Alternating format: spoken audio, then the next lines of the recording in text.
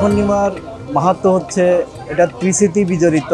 এই দিনে বৈশাখী পূর্ণিমায় আমাদের গৌতম বুদ্ধ বুদ্ধত্ব লাভ করেন, ওই দিন জন্মগ্রহণ করেন এবং এদিনই মহাপরিনির্বাণ লাভ করেন। এই জন্য সমগ্র বৌদ্ধ জাতির কাছে বুদ্ধ পূর্ণিমা খুবই গুরুত্বপূর্ণ এবং এটা আমাদের সর্বশ্রেষ্ঠ সর্বপ্রধান উৎসব।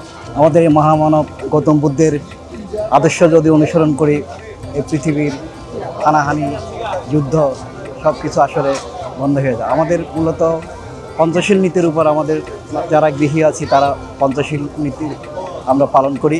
সত্যিকারভাবে যদি পঞ্চশীল নীতি পালন করা হয়, সারা পৃথিবীতে কোনো যুদ্ধ বিগ্রহ থাকে না, সারা পৃথিবীতে শান্তি বিরাজ করবে। এই জন্য এই বর্তমান সময়ে এই অশান্ত পৃথিবীতে যদি বুদ্ধের বাণী আমরা ছড়িয়ে দিতে পারি, তাহলে এই অশান্ত পৃথিবী শান্ত হবে।